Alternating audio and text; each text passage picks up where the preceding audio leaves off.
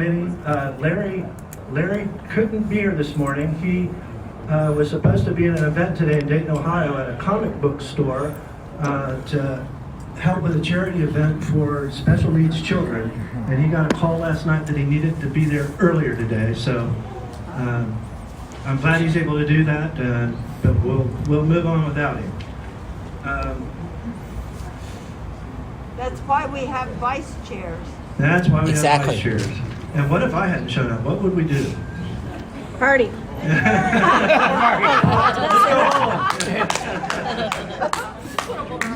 Yes, yeah. A wet party.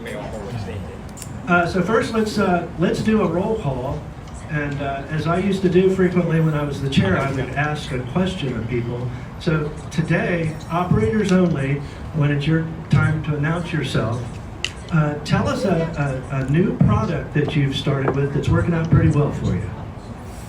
Just quickly. You want to run around, Lindsay, with the microphone, and everybody can announce themselves? Secretary Saban, are you rolling with the tape? Yes, I am. All right, perfect. Thank you. Start over here. Dave, we'll start with you. I'm Dave Padgett from Cleveland. Hers rib chips we just tried. Some new drinks. Pure Leaves. They're good? Yeah, it's good. I'm John McNamara. I don't really know anything specifically selling great. Everything's The medicines. Yeah. Yeah, they sell steady. Mike Russell, and I've been selling Buckeyes, Amish Buckeyes, and they sell pretty good. Ooh, that sounds good. Sounds super sweet. Julie Russell, and I'm unemployed, but I did used to sell the Golly Bears, and they sold well. Connie Standing Clear, and I just got a Bev Max, so I'm having fun with Frappuccinos, Red Bull, all kinds of monsters. Just having fun with those machines. Becky Chester, I tried the Zappos the first time I came in. The girl walked by and she goes, "Oh, you have a Zappos." John.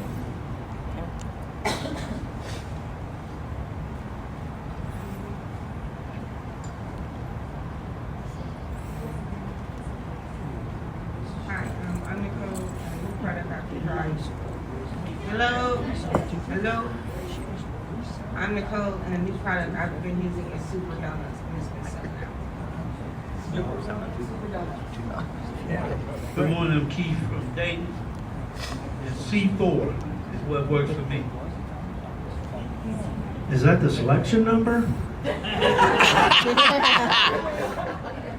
AJ from Cleveland, C4 also.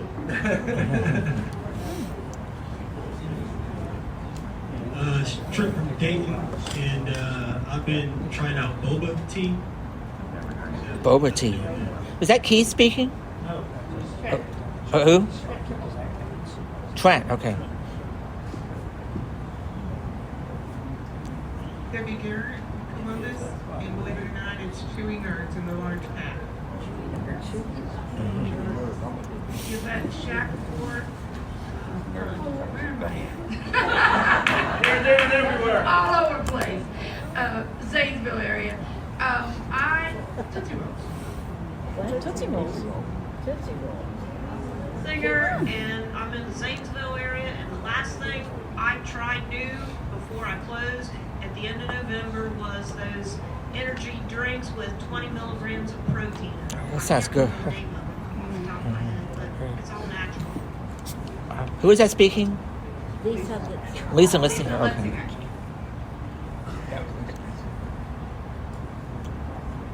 Turmeric, golden green.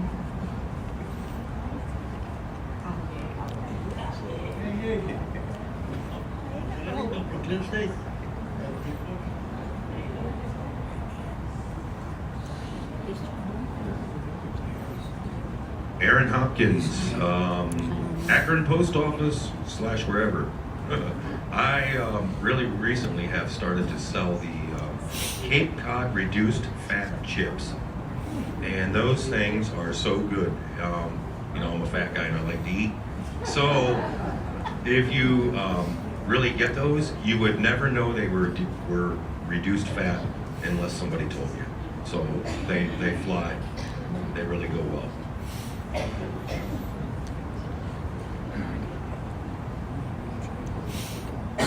John Diaco Giorgio, and I do C4 and spicy kettle chips from Miss Vicky's. Sorry, spicy pickle chips from Miss Vicky's.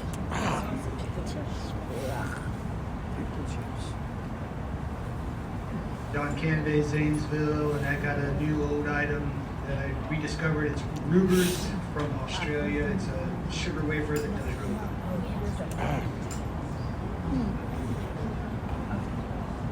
Mark Wood, Columbus, peanut butter pretzel bites. Miss T. Columbus and Spice Coke. Geo Mauer, Columbus. House 2-ounce variety bags.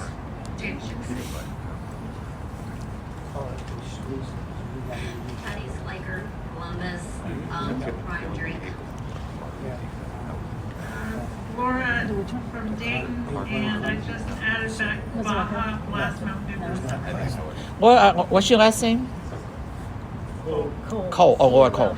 Jeff Toll from Columbus, and I finally started selling that Celsius stuff. It's pretty decent.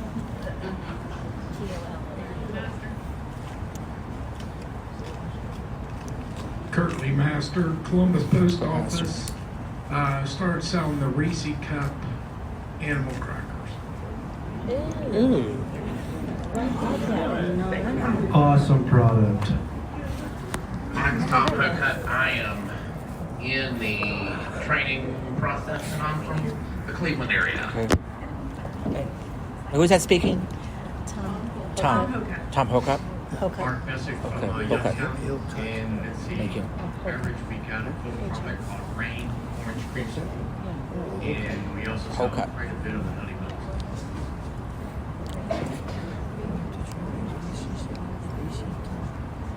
I'm Mike Osborne. Since I did post office, so I think I'm good. Lonnie Johnson, right Pat, dining facility. Something new I tried, selling 50-50 tickets. Yeah. Billy Gallagher, Loveland, Ohio, and I am currently in training.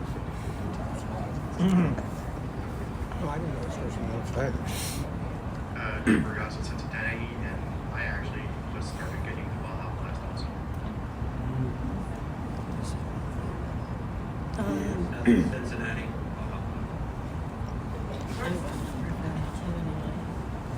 What?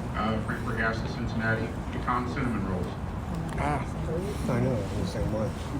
We were over Toledo. We've been selling the Okay. Who is that? Dwayne Burke. Chris Johnson, Columbus, and also 70 West.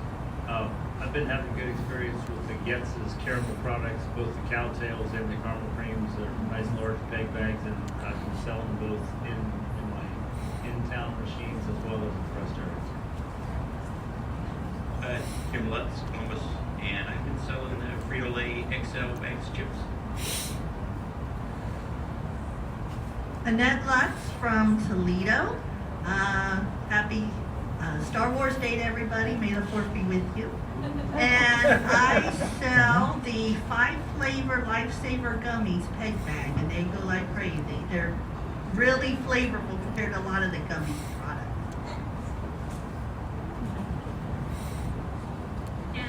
Hi, my name is Misty Hatcher, and I'm a trainee. Josh French, Hocking College and Old Man's Cave, white greasy cups, inside.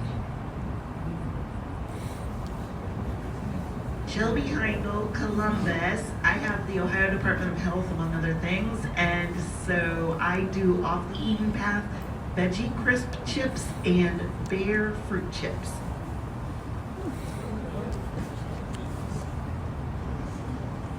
Eric Duffy, not in the program, but I eat all the out-of-date things Shelby brings home. Ah, awesome. Todd Ellis Hey, Eric. in Columbus, future training. We had a couple more people come in. Scott Allen.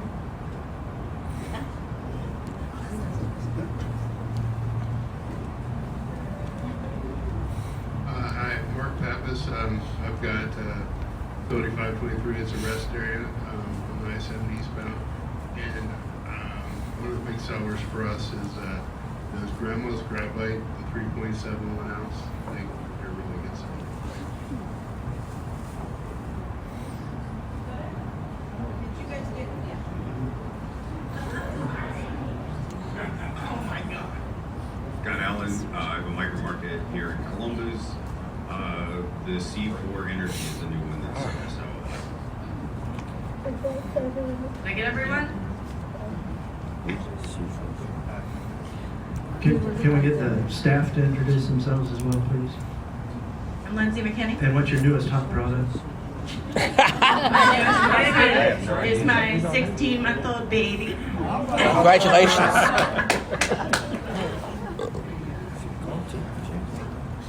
I'm Sally Nunes, and I got nothing new. It's all over. That's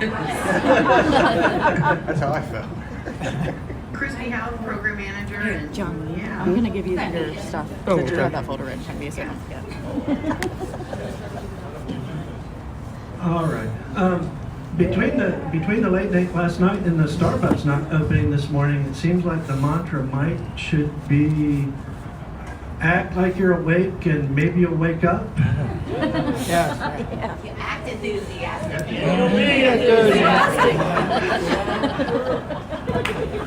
So I guess the modification is not going to stick. So this being a public meeting, we are going to have public comment. We are very short on time though, so if you want to make a public comment, raise your hand right now. We'll do that in a little bit, but I need to know how many people so we can know how to limit the time so we don't spend the entire day. And later there will be an open forum, so keep that in mind too. We'll have a little bit of time at the end for people to bring up topics they want to discuss. Anybody? Going once, going twice? All right. First item on the agenda is there were recently elections for OVRC. The ballots were open last night. There were 4 areas where there were elections. And if you don't already know the results, you really need to get plugged into the BE rumor matrix. Exactly.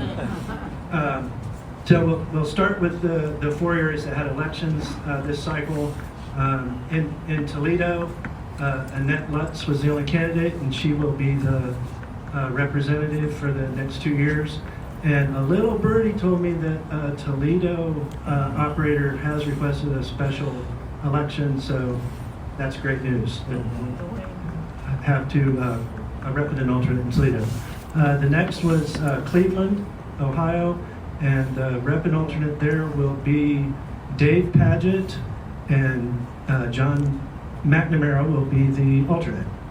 Then moving down to Akron, Canton area, new rep will be Dean Hamilton, and Larry Danflis will move into the alternate position. And then down in the other corner of the state, Cincinnati, actually no change there. Frank Bergassa will be the representative, and Dave Bergassa will be the alternate representative. And then the other 3 areas where there won't be an election until next year, Zanesville, I'm the representative there. Seth Ryan is the alternate. Over in Dayton, we've got Keith Trammell as the rep, and currently we don't have an alternate rep there, so maybe we could combine that, have a special election in Dayton to go along with the one in Toledo as well. And then lastly, Columbus, we've got Mark Wood as the representative and Julie Russell as the alternate. There'll be an election there next year too. So, and you really do need to get plugged into the matrix. I don't know if it's the blue pill or the red pill. Either or. I think it's both. Yes. Actually. Yes. unfortunately, we do have an in memoriam segment. We lost two friends this year. The first was Patty Brusso, beloved wife of Doug Brusso, who actually was kind of an honorary operator and OVRC member, and she was always a joy, and she meant so much to so many people. And, reach out to Doug if you're able to, if you know Doug. It's a great loss for him. And, the second was Joe Hall, one of the famous Hall brothers, and his brothers Dan and Roger aren't here today, but the one thing that was always so wonderful about these meetings is that those three brothers would sit in the front row on Saturday mornings, and we'll miss that. They epitomize what this program is all about. And Joe will be missed, and have good thought for his family. Hey, Derek. Yes. We also lost the longest serving operator Oh, in this yes. program. Okay? Can you say something quickly about Kenny? Yeah, so my stepdad, Kenny Shipman, was an operator for 55 years. Served a long, storied career. In fact, he was my actual dad's partner for quite a few years. God is that my decency that he was my stepdad. But he loved the program, really. Again, he's one of those guys that Mott was talking about yesterday, that did a lot for the program, that was involved in a lot of the strategy and kind of beating things back, keeping us on the right path. And he ran a lot of different food service, cafeterias, snack bars. I think he did it all, as a lot of us older guys have. But he definitely was, he was recognized on his 50 years down at the State House. They presented him with a very nice plaque and an award for his service and everything. So, he's definitely left a really good legacy behind him. Did a lot of training over the years and things of that nature. So, just a good one for getting. Yeah, and also, well, there's another veteran operator, Lester Klein, been around forever. He was over at the Rhodes Tower forever and ever, and yeah, he passed away. And there was actually a write-up in the newspaper. And, was that Laura I heard over there? That was me, and then I was Oh, going to mention Lester. you were going to mention that. Okay, yeah. Did you knew Lester very well? You actually worked with him in the beginning of your career. You want to say something? I had the pleasure of working for both Judy Shipman when he was here and for Lester Klein at various points. And the best thing I can say about Lester probably had a work ethic that any of us could strive to imitate. He worked every day. He took his vacation with his girls. He raised his 3 girls on his own after his wife passed away very suddenly and tragically. His family was very important to him, but he took vacation with them, but he came in to work. He was actually at work just a day or so before he passed away. He worked all the way to the end, and he also worked all through the pandemic. At one point, they even had to tell him when the things were going on downtown, please, Lester, don't come. He wanted to go and serve the police and the first responders and all that. So the work ethic that he demonstrated was just incredible. And he was Brutus Buckeye. Oh, Brutus Buckeye, yeah. Brutus Buckeye. He loved to play with G-scale drinks. LGB. Did we miss anybody else? I think that's all. Okay.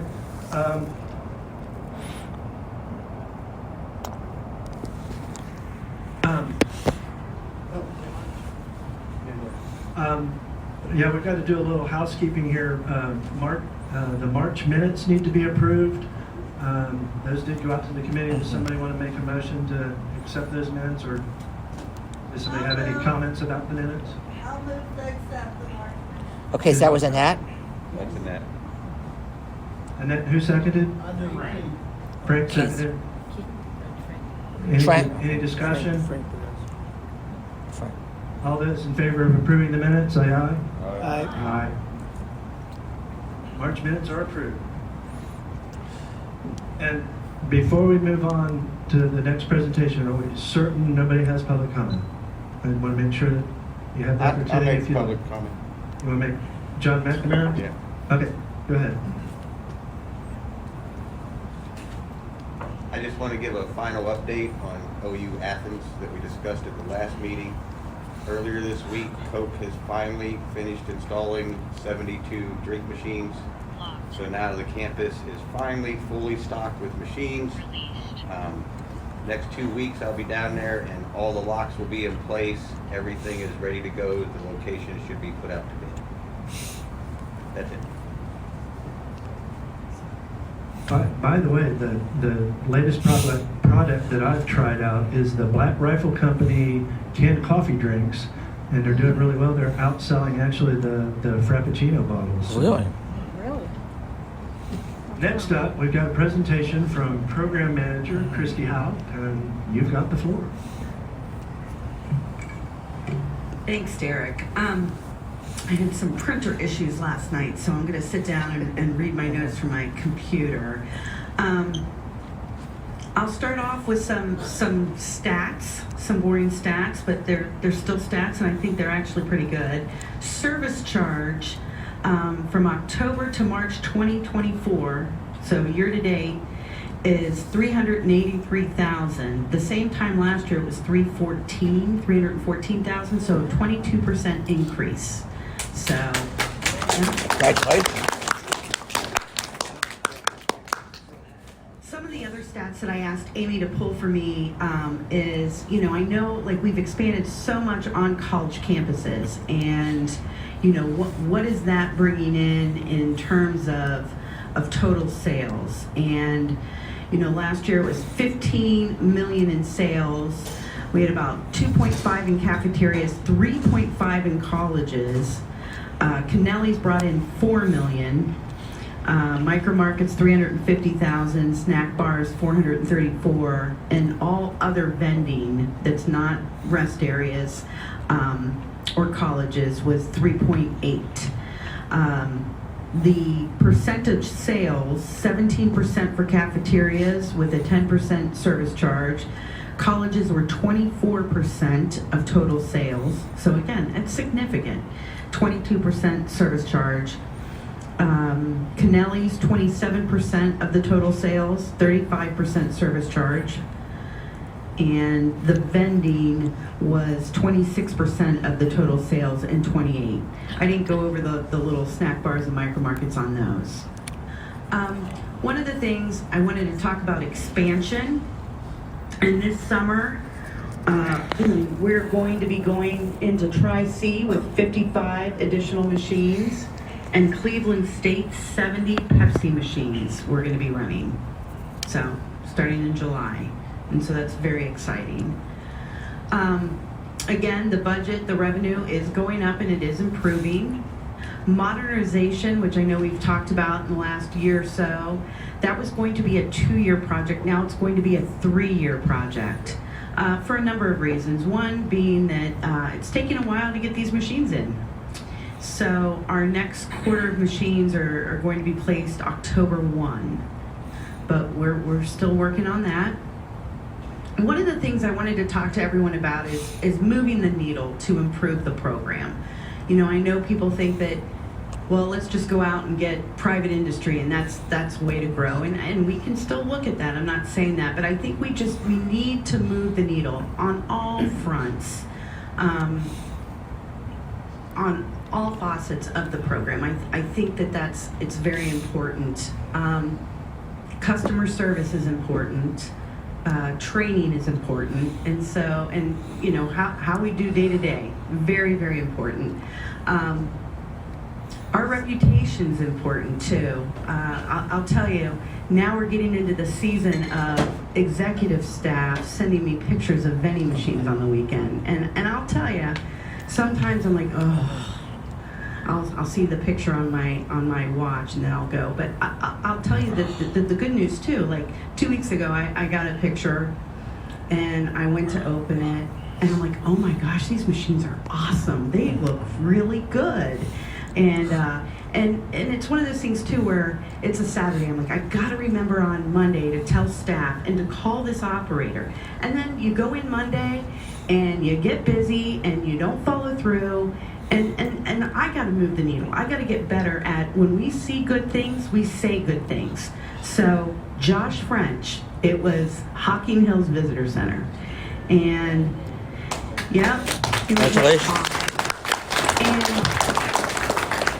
And it makes a difference too because, and I'll just tell you who the executive staff person was. Of course, my first thing is, why can it never be Kevin Miller? But I was it was our chief legal counsel.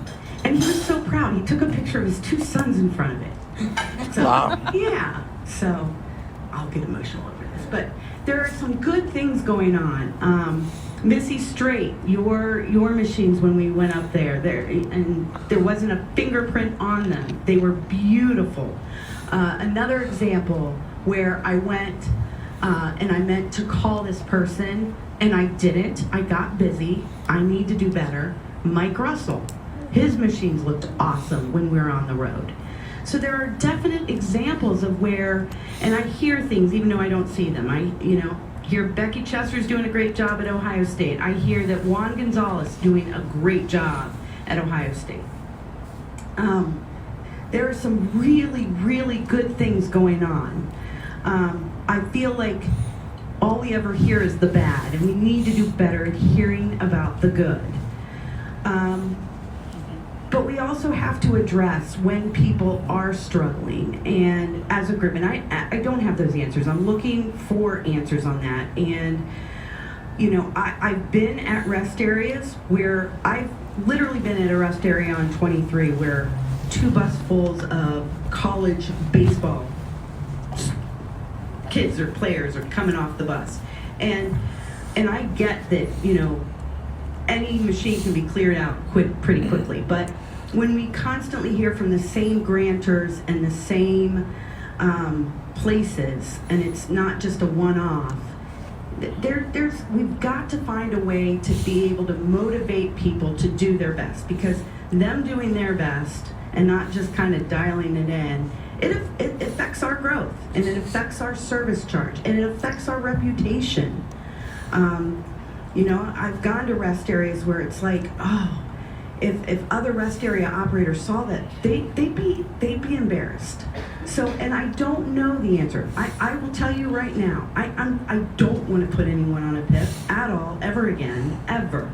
But we need to find some way to help operators motivate and stay excited and enthusiastic because this is a great program. One of the things that, and I had a conversation at great length with an operator, the National Association of Blind Merchants did a top 10 SLAs in the country. And we were not one of the top 10. And I was mad. I'm like, I can't even listen to the rest of this podcast right now. And why aren't we one of the top 10? We have more of a presence on college campuses than any other state in this country. We have a great Kennelly program. Why aren't we? And I asked Nikki yesterday too to confirm, a lot of that was based off of the RSA 15 and what is reported. The number 1 state was Tennessee. And I just looked up quickly, their average earning of operators is $70,000 to our 49. So I think that's a part of it. I also think, it's not always going to be an apples to apples comparison. Now, Tennessee does not have any military dining, troop dining, but that inflates it. Like Texas was up there, but they have 4 or 5 military dining contracts. But what can we do? And we need to look at that. And now that we have Kyra and a couple other APs to dive into some data, what can we do to move that needle? So the other thing I wanted to talk about is, and I know Lindsay's going to talk about training as well, training and moving that needle as well. I think going to the Chicago Lighthouse and focusing more and putting more attention on in-stand training. The training work group has worked very, very hard. We need to look at upward mobility. And I was thinking this morning, and I know Chris Johnson approached me, but Jeff Toll, I thought today, I'm like, you know what? He could quit being an operator and going and working for Cantaloupe and knowing more about Cantaloupe than Cantaloupe. Exactly. And I'm serious about putting an upward mobility program together around that and getting the experts and getting, you know, Chris and Jeff to help out. And I'm not against either, even though it's not as easy as I'm about to present it. But you know, if we need to find funds to pay for expertise of operators to do upward mobility training, getting into a personal service contract. We do need to go, again, around the state, not have everything be in Columbus. We also need to be able to, you know, maybe tape it where people can refer to it. I mean, Sally will tell you, we don't understand Cantaloupe. We don't interact with it daily. I absolutely think that that's something that we have to pursue. I had some more things here.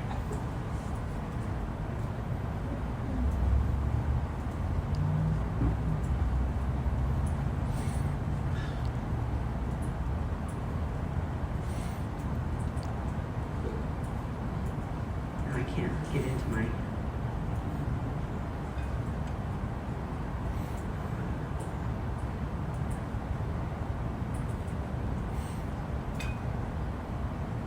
So, going back, like having objectives, having goals, you know, we got rid of goals in the last rule package. I know other states have goals. I still think we all have to have some sort of goals and them to motivate us, to motivate you guys, to move the program forward. We need to have goals. And goals, again, on all areas. One of my goals is for statewide, well, number one, getting a better hotel. Number two,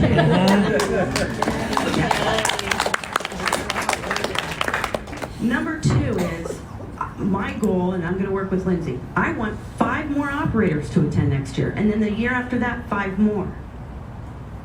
You know, having that goal and trying to look for something to go for. OVRC, and let's talk about that too. It's a very hard, it's hard to be a part of OVRC. And you know, those that are not on OVRC, I don't know if you understand, it's a thankless job that these reps do. And they care about this program, and they do the best they can. And, you know, I will tell you, I don't know how many people wake up on OVRC Friday and go, woohoo, OVRC Friday. Exactly.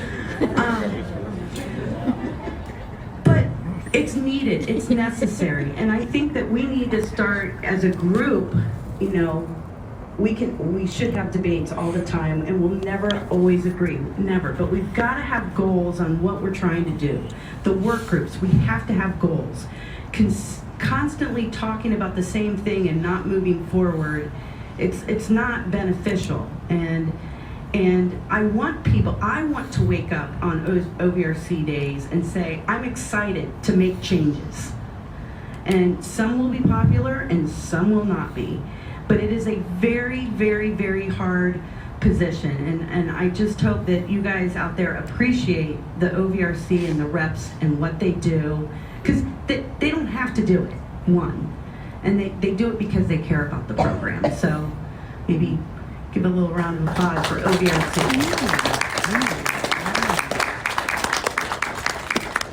So I'm looking forward to working with OVRC next year on having goals, as a group, having goals for work groups, definite objectives, and hopefully some good outcomes. You know, one of the things too, those rules, we worked so hard on those rules, and they're never going to be perfect, and we thought we did such a good job the last time, You know, there's unintended consequences that no matter what you do, there's gonna be fallout on that. And so that's fine. You know, one of the things that I think that we all have to understand too is that sometimes you gotta try things to see if they work or not. And if they don't work, fine, well, we tried it. Let's move on. I think that just having the mentality of doing the things that we've always done, and not thinking out of the box also kind of hurts us sometimes. Training, and again, I know that I think Lindsay's going to hit on this some more. One of the other things that I wanted to talk about, training is we're reworking it. I think I did a pretty good job of getting Lindsay to come on board as the training manager. You know, she listens, and that was my number one thing. I can teach her about the rest of it, but she listens, and I think that's huge. We need to get a train the trainer. We need to get people where we're not begging people to train, because then it's your guys' program. We need solid, good people willing to train. And then once we get this, yes, I will go back and I will advocate for additional monies to pay the trainers. But I do want to, I want to shout out a couple of people that stepped up this year and you know, had little experience, nor were they coached very well on what we needed, but they still stepped in and did that. And that's Dwayne Burkholder, Scott Allen, and Missy Strait. Congratulations.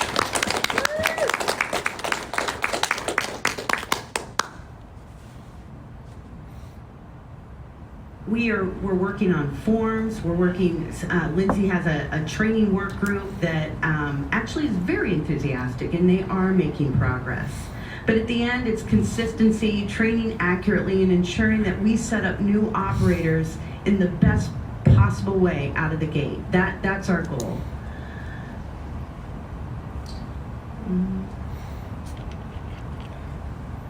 And again, the other thing, and I talked briefly about customer service, and you know, I also appreciate, you know, I want everyone to be in their own business, to improve their own business for them, but to also know that it is a reflection. And I know I'm looking at my list now. Jose Galindo, I forgot you off that list of, I went and saw machines, and they look great too. And that's the other thing I know that Sally and I have talked about, like wanting to be out more in the field and to look and to meet with operators and not be behind a desk on the phone from 8 a.m. until 4:35. One of the other shout outs I wanted to say is that we had, and we're getting good press too, which is really good. A month ago, they had a rededication of the Licking County rest area, and it was speared not by ODOT, but by the Department of Development and Tourism. They're putting all of this branding, not just the heart of it all, but it was heritage. And I know I sent it to Annette, but it was on, I don't know, like the state equivalent to C-SPAN. But the governor was there, he spoke, he mentioned BE, Director Marchbanks mentioned BE, but again, we're always firefighting, and we got new machines out there, the operator stocked them, they looked beautiful, but me, my staff, did not think, oh, there's some ugly, outdated, faded signs out there. But John Kennedy called us and said, you might want to update these signs. And so we did, and again, knowing that there was going to be 3-4 different agencies out there, the news was out there, and I think John said that it wasn't him, it was his wife. But again, having that I'll give you credit anyway, John.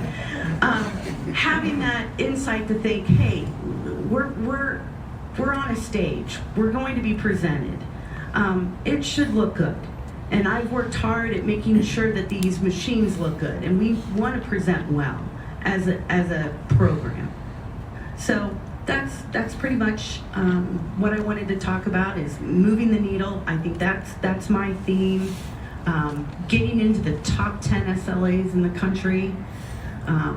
Maybe shoot for the stars, top 5. I'm not going to say we're going to be number 1, but to move that needle and to move the needle with training and everything we do. And that's it. Thanks, Christy.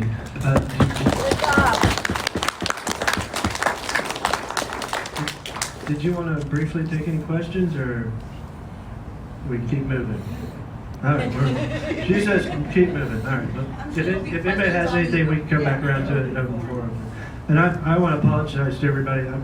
I'm fumbling with the agenda and everything. I wasn't expecting this, and if I'd known I was going to do this, I would have had it in my preferred format. So I apologize for struggling with that.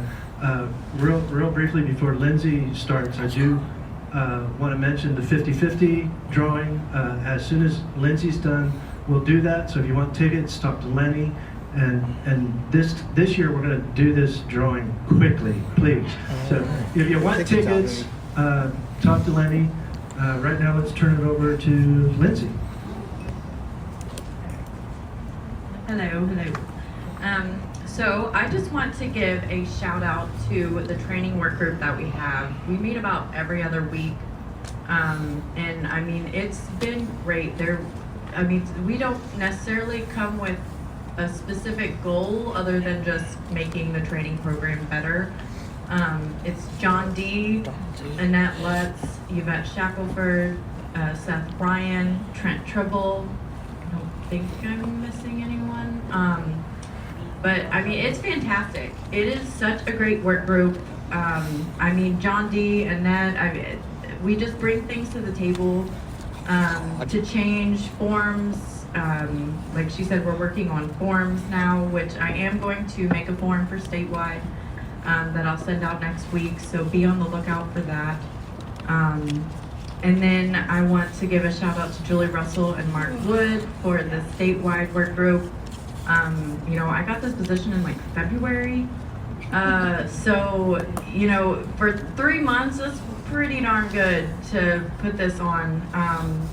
Next year, hopefully it'll be different. Obviously, like she said, the hotel won't be the same.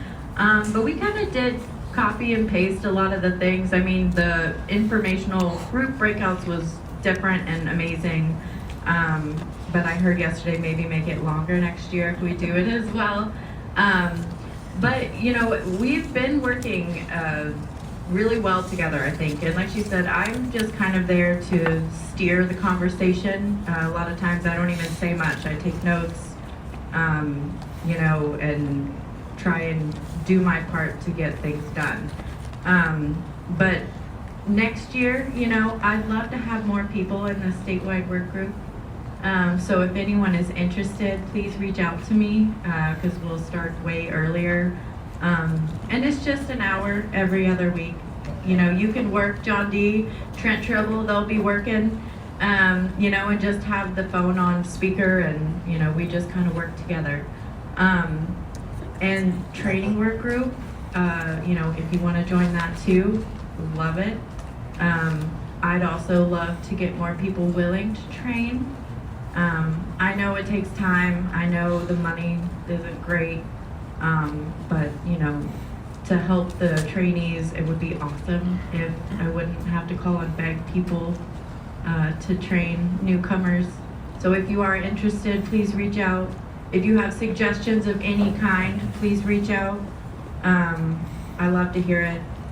So, but yeah, we're working. We're really trying to get things to look better, to be better. I know Sheila, since she's new, she's brought things to my attention as well. So yeah, if you have recommendations, please don't hesitate to call me, text me, send me an email, anything like that. That's all I got. Thank you guys. Thanks, Lindsay.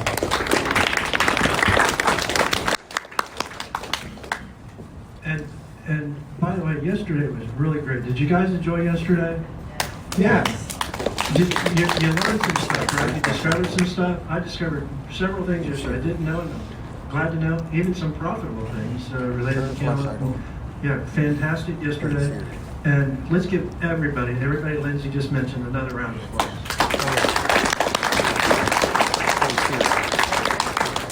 Turn the flashlight. Speaking of making money, Lenny, you ready? Not yet? Can we take like a 5-minute break? So Well, I was hoping to get this out of the way and then do the break, but let's go ahead and take a 10-minute break, and that way you can wrap things up. Go buy some tickets. Here, I'll get Crystal. Buy some tickets, win some money. Oh, yeah. We'll be back here at 10 o'clock. Here, she's training with Seth Ryan on the job training down in Cincinnati right now. Wonderful person. And she drew the ticket. So, get your tickets out. Here is the winning number. I'll help look. Somebody needs help, just holler. Yep. Somebody will come and help you read your ticket. All right, here we go. 010867. Oh my God. Get that 65 right there. We got a winner. Damn me. And $36 to the winner. You were too Mike Russell. Congratulations. Dang, man. Told you, man, we never win.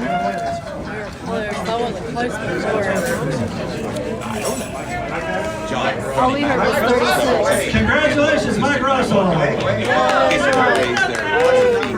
a minute. There's confusion like last year. Read the number again. We'll double check it. 010867. What made us think Mike had it? Did we match? Winning tickets right here, this young lady. I have it. This is 101867. What's Mike's ticket say? Where's Mike's ticket? Probably a 3. There's a 300 series. All right, we're See going it, to Derek? do some quick calculations here. Blind guys trying to read numbers up here. I can't see it. Okay, Mike had 5, 6, 7. So, yeah, 5, 6, 7. Sorry, guys. Congratulations. Of course. Who got it? Laura told. Yay. Who is it? Laura told? Oh, cool. Hey, what's your ticket back?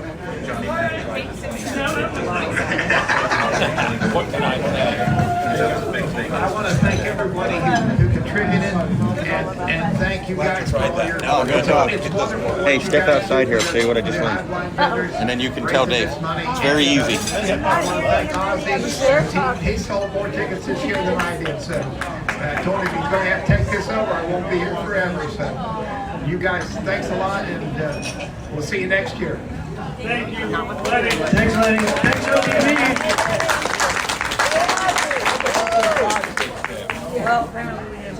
All right, let's get going. We've got about an hour and a half to go.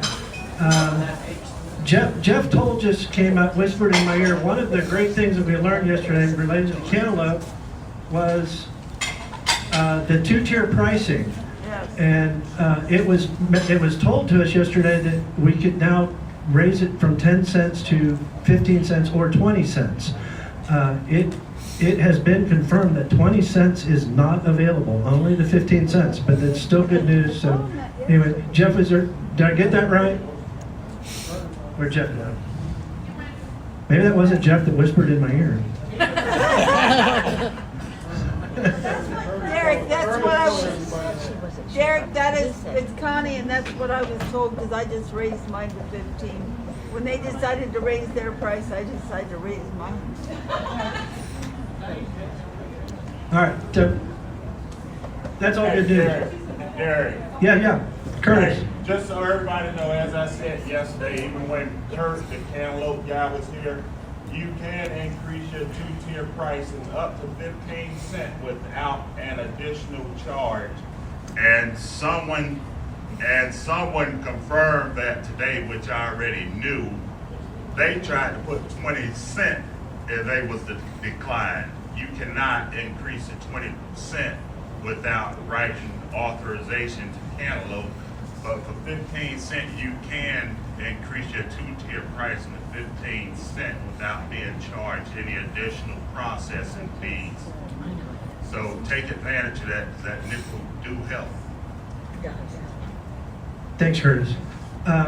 So next on the agenda is an OVRC update. And I had an elaborate scheme plan I was going to start giving that update, and and have my phone ring and pretend that it was Larry and asking Larry how things were, and then saying, Larry, stop, why are you yelling at me? Okay, I'll shut up, I'm listening. And him telling me, nobody wants to hear what you've got to say. They want to talk about things. And he would be right. And that's what we're going to do now. But the first thing I'd like to be the topic of discussion, and open it up to everybody. First topic I would like us to hit is OVRC itself.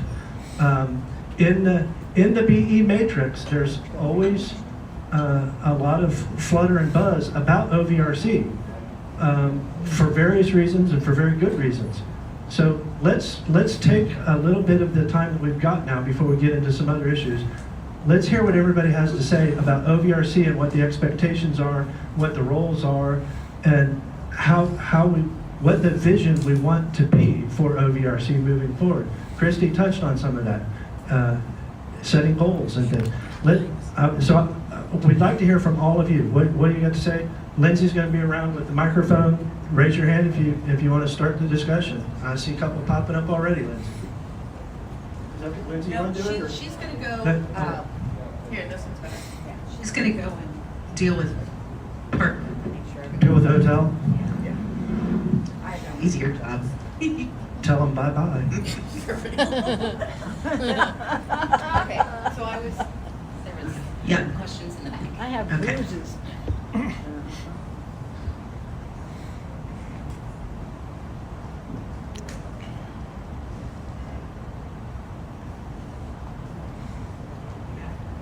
Scott Allen. I just wanted to speak about the administrative verbiage that we use with the OVRC. Trainees, new licensees, and I think all of the operators that have been in the program for a while, we experienced this in the beginning where we use a lot of acronyms, SLA, PIP, RSA, and if you're a new trainee, you're lost. And I think it drives a lot of people lose interest because they don't know the conversation is going over their head. So I'm asking that not only today, but all of the subsequent OVRC meetings, if we can try and explain the verbiage that we're using, because it's not only it's for the attendees, but we get the minutes, the transcripts, the audio recordings, and it's really good for people to learn everything that's going on. And I think it's going to increase the engagement, more participation. So thanks.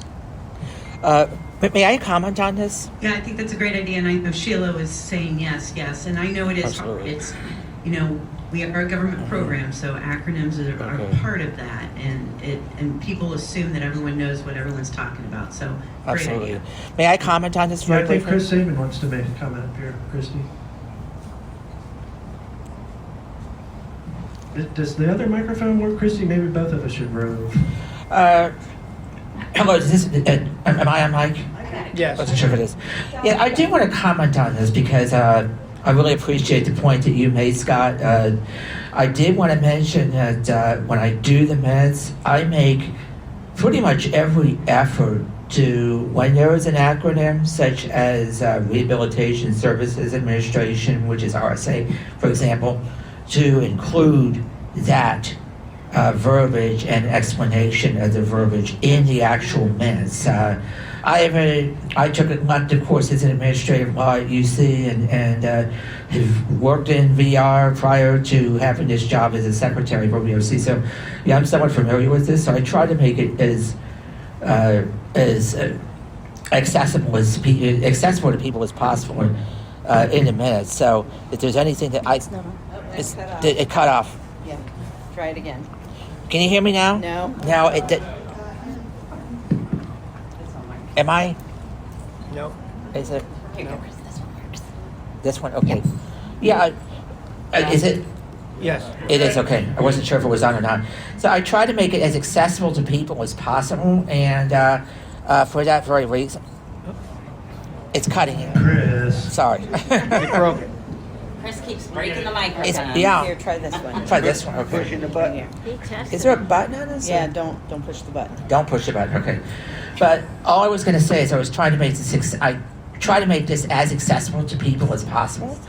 And if you have any comments, please just let. What am I doing? I don't know. If you have any comments, let Chris know. I mean, is that? By the way, Chris Saban's been the OVRC secretary now for a couple years. He's been doing a great job, working hard. Thank you so much. I don't know what was happening with this mic, so. Okay, Curtis.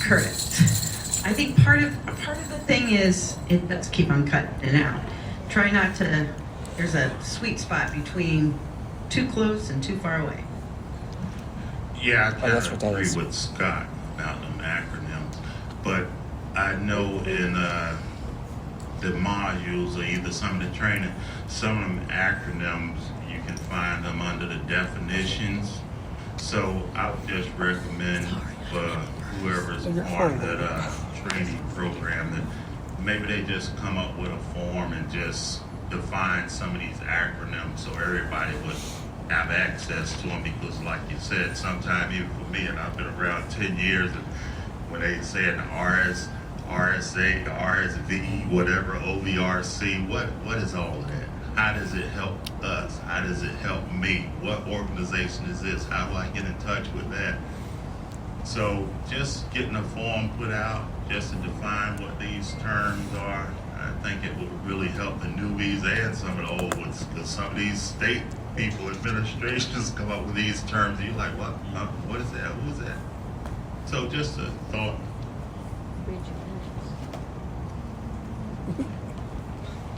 Anybody else?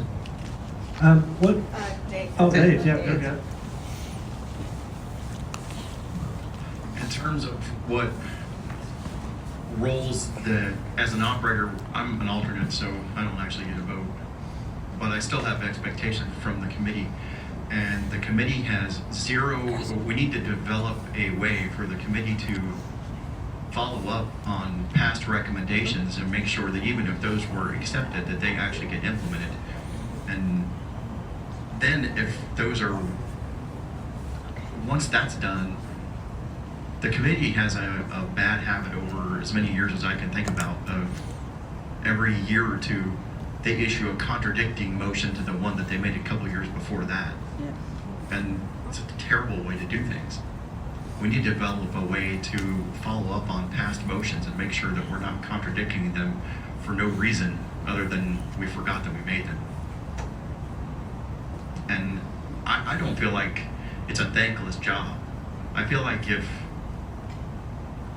you want to represent people, you shouldn't need everybody to come up and say, oh my God, thank you for representing me. If you want to represent people, do it because you feel that's the right thing to do, not because you need some type of credit for it. I think that for the training work group with the acronyms, that could be, since we're using the lighthouse, that's something that we can put in the training as far as when they're coming to the program. We have that as part of their learning of what these acronyms are and what mean to them. That could be part of their training process, along with the lighthouse, trying to get it to what it means in Ohio, what those different acronyms mean. That's all I know.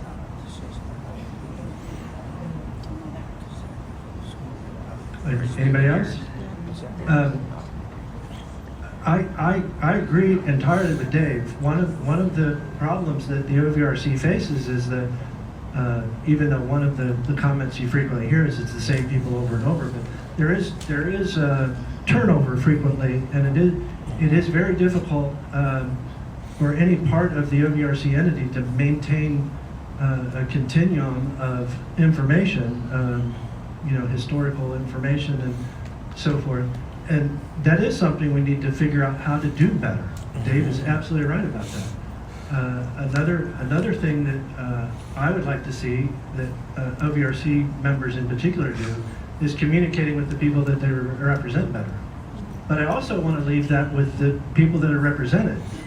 Never hesitate to get involved, either directly with your representatives or with any members of the committee, or to participate through public comment or other means with the committee. it has been very difficult for quite some time now to get things done for reasons like that. I also like that there's new people coming up and getting involved with the committee. That's a great thing, and keep it up. The OVRC is instrumental.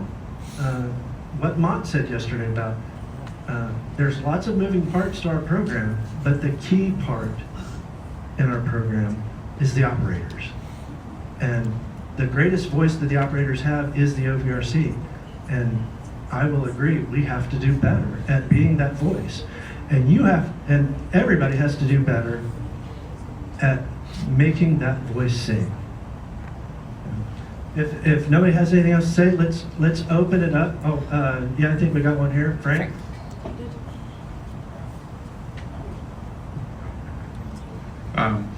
I just want to say we need to make sure, and we try and do a good job of it, but at times I think it gets lost in the shuffle.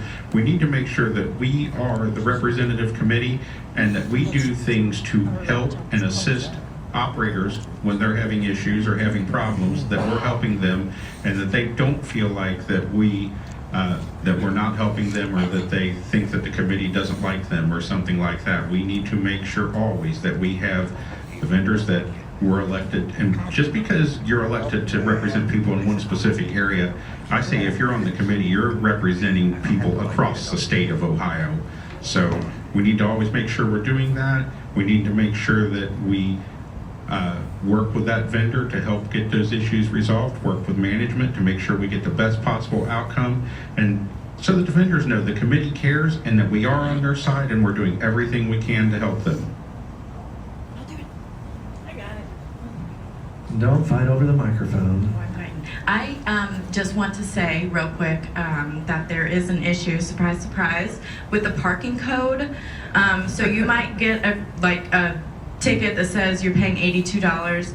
The code's not working, so all you need to do is just go to the valet, tell them you're with OOD, they're gonna fix it so you won't have to pay anything.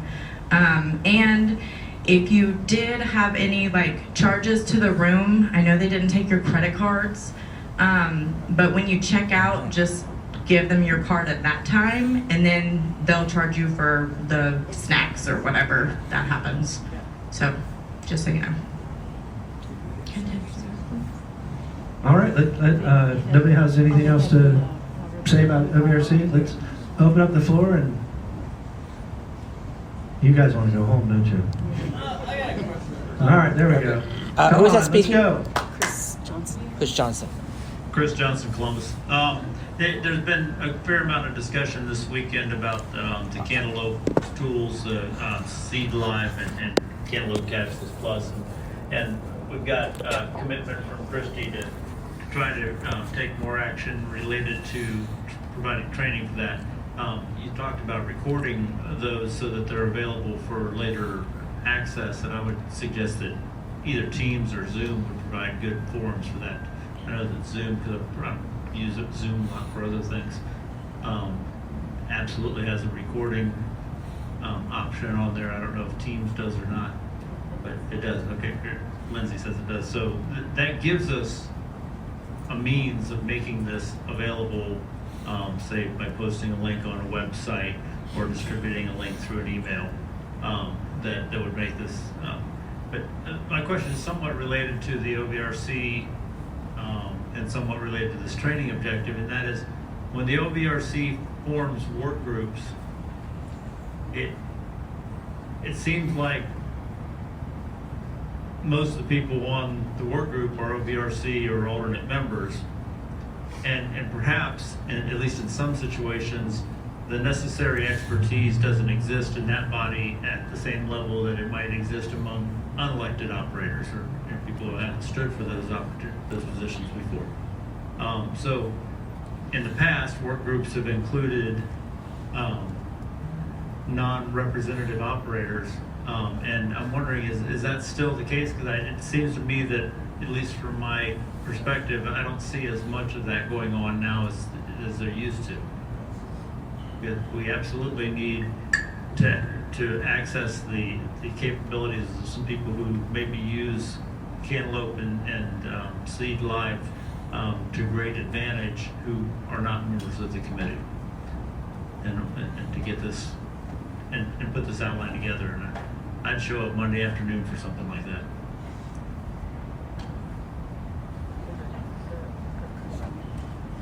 Chris, were you speaking about work groups and training sessions there, I'm talking about or both? What I'm saying is that usually the work groups are put together by the OVRC. They're like an ad hoc committee of the OVRC. Yeah.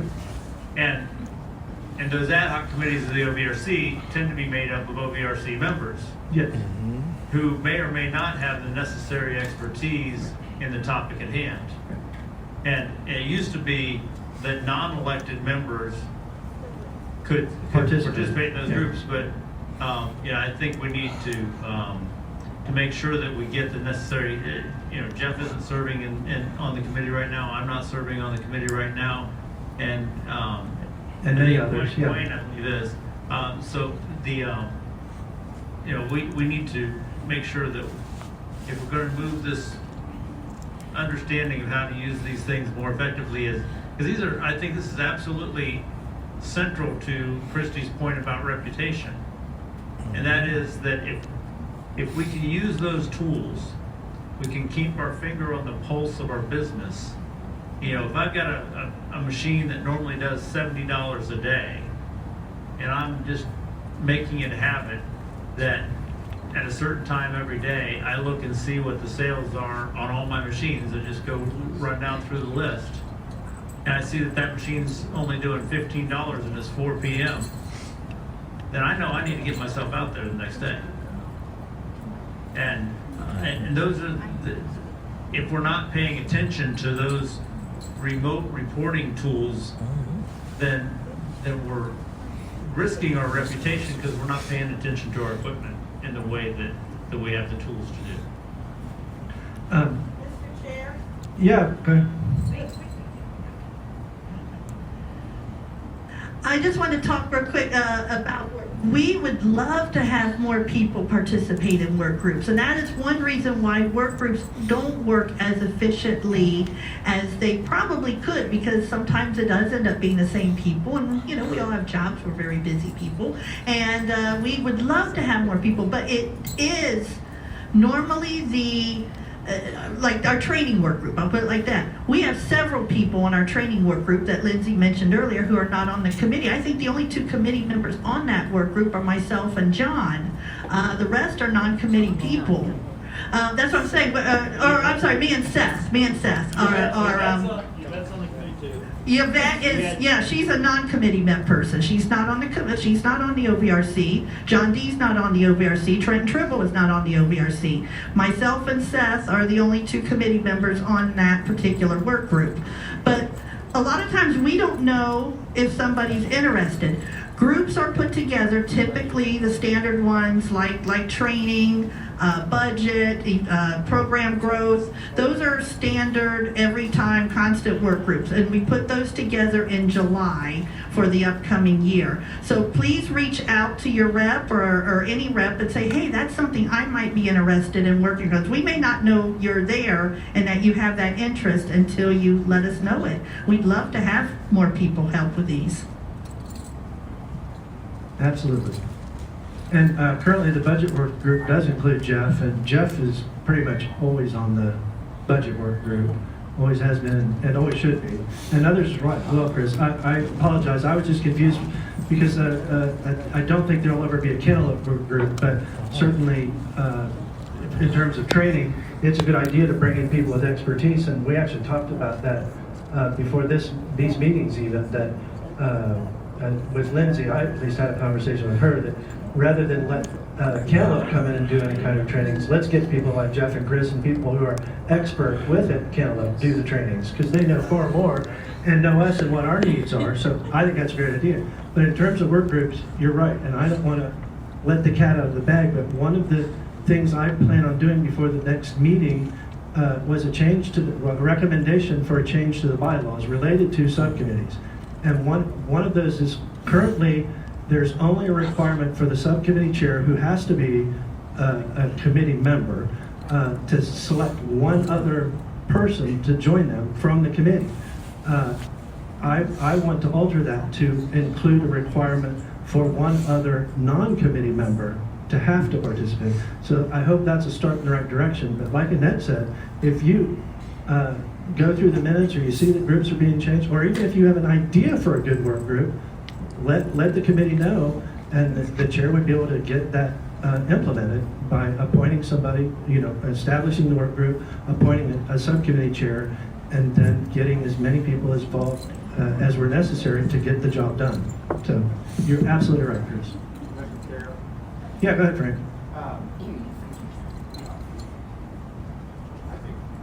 Some people were asking or inquiring if it might be a good idea to set up a work group, a cantaloupe work group. And I don't know if you want to take if you're able to do that today, or if you'd rather wait when Larry is available, or however. But it's probably something that really needs to be done anyway, from everything that was said and heard and discussed yesterday and this morning. So I don't know what you think about that, but I figured I would throw it out there. I'll establish the work group. Did you just volunteer to chair the work group? I'm going to be honest.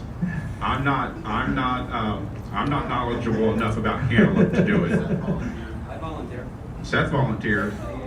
Well, actually, the subcommittee chair does have to be a full representative. So if a representative wants to volunteer to get that going, I'll establish it right now. I'll volunteer. I do cantaloupe, but there should be a total on there anyway, so. And I'll ask Chris and Jeff and Lane. Mr. Chair. Yeah, Dave.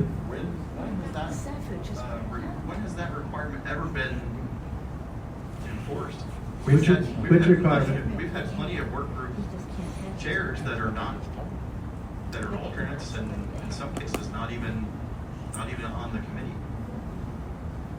That might be in the bylaws, but I don't think it's ever been enforced. Well, it's in the bylaws, and we do want to technically stick with the bylaws, because we're kind of skirting the law anyway by having subcommittees, work groups in an unlawful way. So we want to. No, we're not. Okay. Well, and this is, the point here is, and this is one of the things that bogs stuff down. We're trying to do a thing here that is a good recommendation. We would like to do that, and it doesn't really matter who chairs it, as long as we get enough other people involved, and that's the whole point that Chris was making, and that's hopefully what we're going to be able to do. And if nobody else other than Annette volunteers for that, Annette, you're willing to do that? Anybody else? I will say, Terry, was that suggestion came from Seth Ryan. So Which suggestion? the one to set up the cantaloupe work group. I just said I would go ahead and ask you about it. Oh, okay. Well, yeah, and it's fine. It's a great idea to set up that work group. But in establishing the work group, it doesn't matter. And maybe Annette will invite Seth to be a member as well. As long as we get it accomplished, it doesn't matter where it came from or how it's done, as long as it gets done. So, Derek. yes. Yeah, this is Curtis. Hey, I'm not so sure if a work group would be as effective for Cantaloupe, because I just don't understand what they would be able to do. But what I would recommend is that somehow we incorporate Cantaloupe into the training process, and perhaps those people could help the trainee and those people that's on that committee learn more how to use that program. Because I had the opportunity to train somebody to use Cantaloupe, because I told them they was doing themselves a disservice by not looking at their seed live reports, because you don't know how much money you collected from the card readers. You don't know what fees they're charging you. And if people are not going to use these reports or be trained how to use these reports, they don't know if they're making money or losing money. And that's how I stay up to date, because I look at these reports faithfully, and if I see any number from my sales, and I report some items that I sell in the machine, every once in a while, for some reason, your pricing will change on your machine. I don't know if it's the fault or whether it's above, but you can catch it on your seed live report if you're looking at it, and it's like, okay, I need to get out there and change that because you think you done good last week for that particular item. No, they bought it because it was $2 cheaper than what they should have been selling at.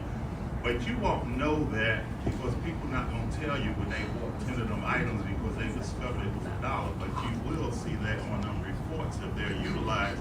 So that's why I say it's. Well, Curtis, I agree. I don't mean to cut you off, but this is kind of turning into a training. So you're right, and I think we already have planned. I think Lindsay and the training work group already have plans for Cantaloupe to be a major topic for upper mobilities in the future, and that's great. And there have been discussions about including people within our program that know a lot to help conduct those trainings. But also the subcommittee or work group idea. I think both are excellent ideas. So let's. Are we done with the work group? Annette, you're gonna. I'll reach out. You'll reach out to people and make sure we get a good mix of people and expertise on that. Hold on 1 second. Connie had something. Okay. You know, I have a statement, and you know me, okay, so it's kind. You know, you just had a guy over here volunteer, and Derek, when you were naming names, you didn't name him. So that makes me not ever want to volunteer for anything, because I'll get left out too. And everybody else in this room probably feels the same blasted way. And as far as work groups, yes, you do need them, because people like me is not good with Cantaloupe, and every time they change something else, I get messed up all over again. So I do need the training on Cantaloupe as a totally blind person. And a work group with people like Annette chairing it knows what I'm going through. Thank you. Thanks, honey. Dave, did you have something? Yeah, I did. Oh, also, I would love to be a part of that work group too, Annette. The bylaw you're referring to, I have no doubt, refers to subcommittees, but I'm almost entirely sure it does not mention work groups. And at the time when the bylaws were mentioning subcommittees, that probably was a requirement, but work groups are outside of that. The bylaws do not refer to those. Well, in which case that requirement wouldn't even be there. And if you're trying to get more people involved using an old bylaw that doesn't even apply to exclude people that you don't think should do it, that's terrible. How are you going to get new people involved if you try to exclude anybody that volunteers? Because as a result of the conversation we just had, Annette is going to reach out to other people, and everybody in the room agrees that we should involve non-committee members in work groups more, and that's what's about to happen. And I don't see what the problem is, Dave. That's not what happened. That's what's going to happen. That's what's about to happen. And that's going to... requirement that... It doesn't matter whether it's required or not. The result is going to be that there's going to be a work group that involves more people that are non-committee members than committee members. There's not a problem, Dave. Thank you. Let's move on. Anybody else? Yes, sir. I disagree with you using a bylaw that does not apply and making a decision that you can't make because you're citing a bylaw that does not apply to what is going on. Who's that speaking? Was that Seth Ryan? Okay. Is there a problem with establishing the work group? There's a problem with how you establish a work group. How should a work group be established? Well, when someone volunteers, you should say okay as opposed Well, to no. citing a How bylaw does that the... does not apply. Excuse me, gentlemen. What I think that you ought to do is put something out to all the operators and let them respond to it instead of a committee member choosing who gets to be on the work group. Put it out to the operators, let them respond to it in whatever their form is. And then if they want to be on the work group, do it that way, instead of a committee member choosing who gets to be on the work group. That's fair. That sounds fair. Exactly.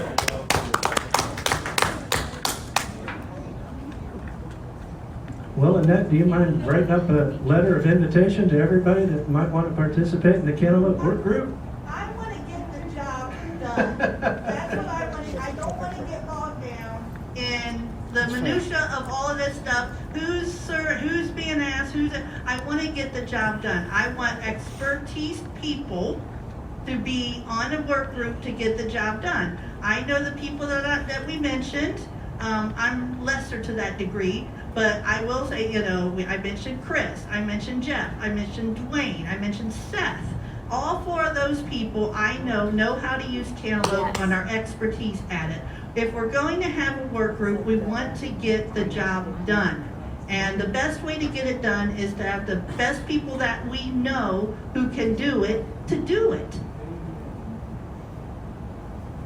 There does have to be a certain level of structure to establishment of these things, and it's regrettable that we can get far afield because of the process and everything, but I think the end result is what's most important, and I think in this case we are trying to be inclusive because we should be, and it's a great idea. Don't blow up the whole idea because we're trying to do it differently and do it better. Mr. Chair. Mr. Chair. Stop dragging it, guys. Mr. Chair, I just want to say that in the past, we have requested people to belong to stuff by email and no one ever responds. So what's going to change this time? Okay, Seth and Dave and... Mr. Chair. Yes, Seth. Again, not trying to blow up the idea. I want to do the idea. That's why I volunteer. The problem is being a statement that is not true from the chair about a bylaw that does not apply to what is happening. So if we're trying to do anything and you want questions on what the OVRC should do, we should follow the bylaws. And we should not have a chair making a decision that is not in the bylaws and then enforcing it and then complaining that people don't like it. Okay, so work groups aren't guided at all by the OVC or the bylaws or anything. Work groups just develop nebulously out of the air. No, sir. No, sir. That's The bylaw states that the OVRC chair is to pick the leader of the group, and correct. the group and the leader of the subcommittee is to pick people to join at least one other member. That's Correct. what our bylaw says. Correct. It doesn't say that it has to be an OVRC member, and even if it Well, does, it this actually is not a does. subcommittee. This is a work group. Well, okay.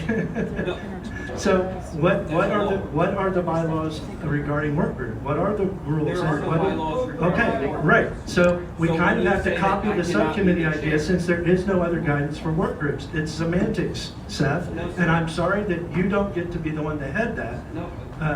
And it doesn't matter who heads it, as long as there's a collection of people that's represented the way it's been discussed here, and it gets done.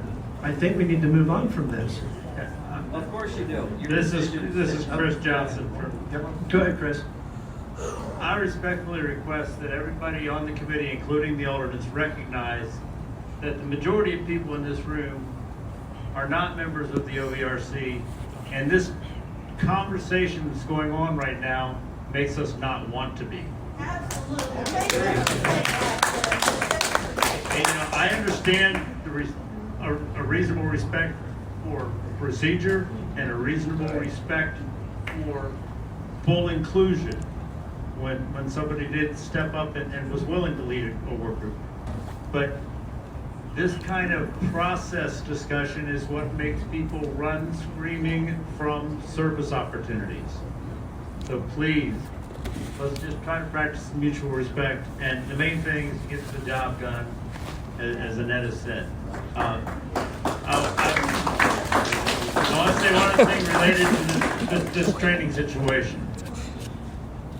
The need for operators in a on-the-job training environment to have adequate time to teach some of the necessary skills of using the Seed Live and Cantaloupe platforms is one reason that we need to find a way to provide considerably more on-the-job training.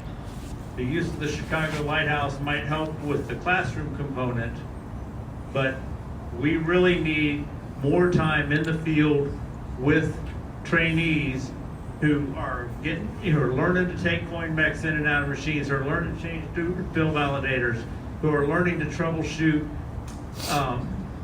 card reader devices, who are learning to change coils, who are learning all the necessary skills, who are learning to say clean the paraffin off the shelves of the machines as it builds up over time. And right now, with this very minimalist amount of on-the-job training time, we don't have anything like necessary time to teach the essential skills. And I see this with people who are licensed operators who don't have fundamental skills in how to be a vending operator. Thank you.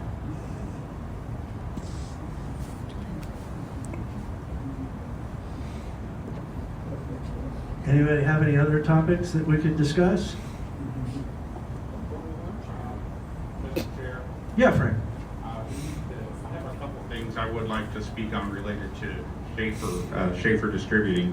The first one is I've heard from a few different vendors about how things went with the modernization, with the new equipment being installed, and I know there were some instances of machines being installed and when they got turned on at the location, they didn't work or they needed a part or things like that.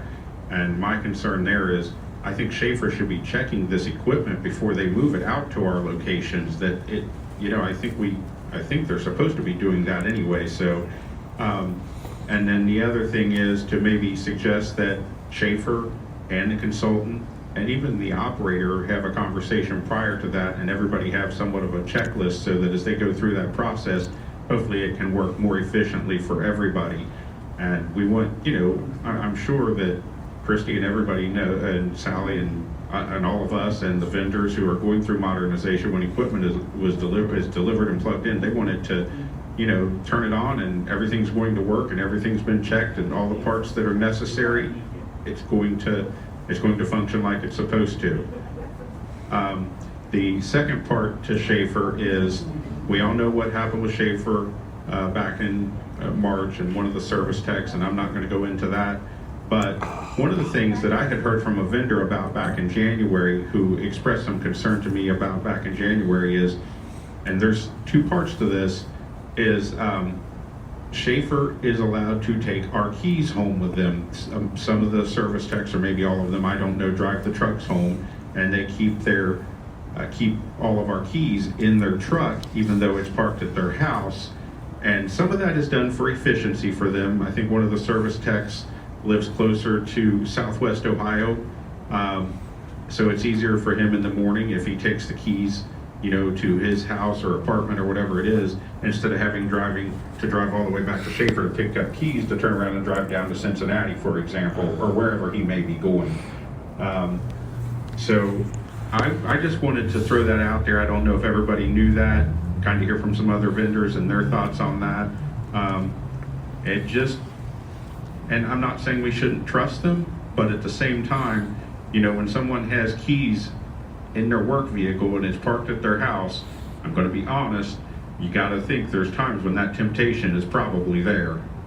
I hope it's not. I hope I'm wrong. But at the same time, I wanted to throw it out there for everybody to think about and see if we needed to have a bigger discussion about that as well. So hopefully we can dial everything in on the Modernization Act and as that goes forward, and also see what I'd just like to hear how everybody feels about the key situation. So this is Christy. I'd like to address a couple things that Frank said.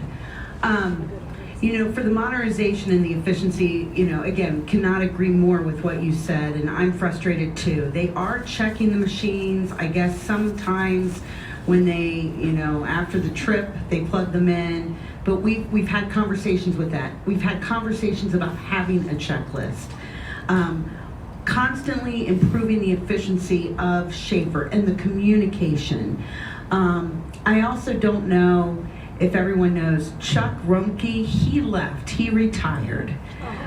Yeah. So, and a couple things, you know, just like what I was saying before about trying things and then saying, oh, well, this doesn't work. Maybe we shouldn't do this. We're even working with them on, you know, before it was using a Teams process for service calls, and it's not working. So we're like, it's not working. We need to reset. Keys are an issue, and we're going to be bringing that to OVRC, some options on that. I'll tell you, I've heard from some operators as well. Some operators do not want to be at service calls and do not want to take their keys back. So that's you know, and some people do. I'll tell you, Schaefer themselves are uncomfortable carrying keys at this point in time too. So we've looked at and talked initially, and again, I think that the thing is bringing options to OVRC and saying what direction, do we want to go in on locks. There's, I know Kelsey Burrier had suggested when Pepsi comes or Coke comes, there are these like service locks. And, an operator will put on a service lock knowing that that Coke or Pepsi are coming to service that machine. But that's work on the operator to pop that one lock out and put in a service lock and then come back. But that's been discussed. Again, knowing and looking at Cantaloupe or knowing if you are going to have a service call to go and remove money prior to that service call. There's a lot of different options. And this is a thing where, again, I think that Schaefer and us and you guys all need to get together to find out what is the best solution or solutions. And that's what we're committed on doing. And nothing has we've had some conversations, nothing's been decided, a preliminary conversation on what are different options, and so then we can bring that to you guys and have further conversation about it. Yes, this is Curtis. Hey, a follow-up to Frank and Christy. As far as keys, I think that's a convenience factor. I think, it's really upon the operator how they want to handle their service calls. You don't have to give your keys to Schaefer. Only thing, it's an inconvenience if they tell you they're going to be there at 10 o'clock and you got other stuff you need to do. You got to stop what you're doing and meet them there at that particular time. So for me, they do have my keys and, I trust them. How much can they really get from the machines? They're not going to get rich, but I do trust them. I've been trusting my tech for 10 years and with us being blind people, we at the mercy of a lot of people that we have to trust, even if we change and build. But the thing is, the keys is a convenience factor, and that's pretty much for the operator, and it's their discretion whether they put their keys out there or not. So if you do trust them with your keys, it don't matter whether they take them home or where them keys at. You gave them to them, and you trust them to do what they supposed to do. You don't trust them, ask for your keys back and meet them for every service call and stand there while they fix the machine.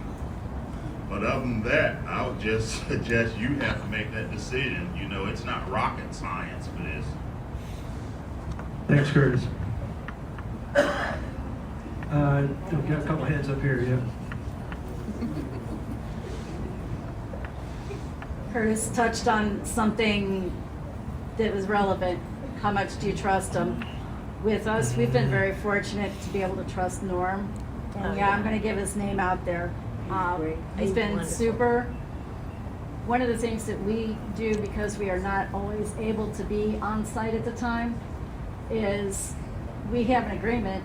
He has the key, does his work, he leaves that key in the coin mech. Or not the coin mech, the drop box. And then we get it when we go to collect the money the next time. Who is that Easy. speaking? Excuse me. Lisa Padgett. Lisa, okay. Dave's wife. Was there another hand over there? Yeah, there's a couple. Hold on. Miss Julia's next. Hello. How about we all look at on Amazon and they have these combination lock boxes. Put the lock box on, put the combination on. Schaefer's comes or whoever does our machines or whatever we need unlocked. Then when they leave, we simply change the combination. Isn't that simple, or is it just me that's simple? Is that Julie Russell? Yeah. Okay, just checking. I think one of the things that Schaefer needs when they're doing this reconfiguration of our machines, the modernization, is to send a tech. When my first side, north side, was done with 6 machines, there was no tech. When they left that location, there was one machine totally down, and there was another machine that all it needed is programmed, but my guy didn't know how to program not a chilled machine, but a refrigerated snack machine. And we could not get it working, but did get it working the next day when I had my, I met Liv there and she actually talked to Norman. I had a key and she got in it to do it. But Anyway, I had my evaluation or whatever that thing's called. Okay, you did okay there. But anyway, so the rest of the story is they do need techs when they're up there, and it did take a total of 12 days to get one machine working, and that was ridiculous with brand new machines. And by that time, they'd already installed the other side, and the tech that they sent didn't know how to get the machine working. The coin mech or the chiller was out of a brand new box. Follow-up, Connie, that was discussed and I expected, and I stated that it is expected that techs do come on these moves for the modernization, and they said that they agree. So that should resolve itself. But yes, going forward, I explained the importance of making sure that those machines, and it saves, they don't want to be making, it costs them money too to constantly make additional trips as well. So yes, I agree, 100%. Thank you. Anything else on modernization? I have a question I'd like to ask everybody. One of the things moving forward, we're doing a great job now moving the needle on getting new licensees into the program, but we're about to hit a wall where we may not have enough facilities to put them into. So I think we also need to start thinking outside the box with facilities. And lots of people have ideas. I'd like to do a little brainstorming here. What kind of ideas do people have about where maybe we can go to develop new facilities? Curtis had his hand up, and then Seth. Hey, I just want to make a comment on modernization because on the 23rd, I have two sides of the highway, 8 machines on each side. We've done 15 machines in 5 hours. So I need to make this comment because I was a little nervous because I did talk to some other operators that had theirs done prior to me, and it scared me to death. And I'm like, I ain't going through that shit. What I done, I called one of the consultants and said, hey, any tips you can give me before they come and install this? What can I do to help this process better along? Because I don't need that undue stress.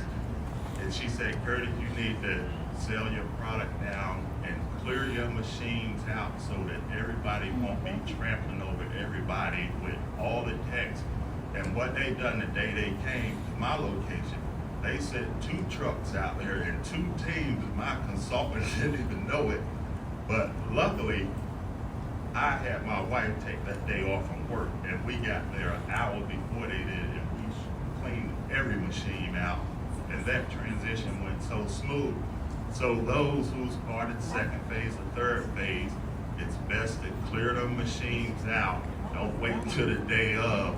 Get there a few hours before, and it won't be as stressful. So I put that out there for whoever. And like I said, it was so smooth for 15 machines, I didn't even believe it. The way they put them in and took the other ones out on both sides of the highway in 5 hours. Good advice, Curtis. Seth? Yes, about opportunity.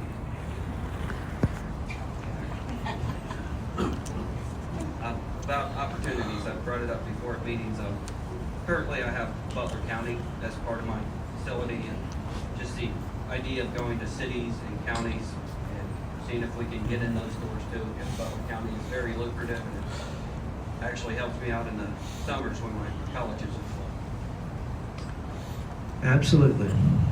Actually, we talk a lot about, for example, when I came into the program, there were nearly 160 facilities.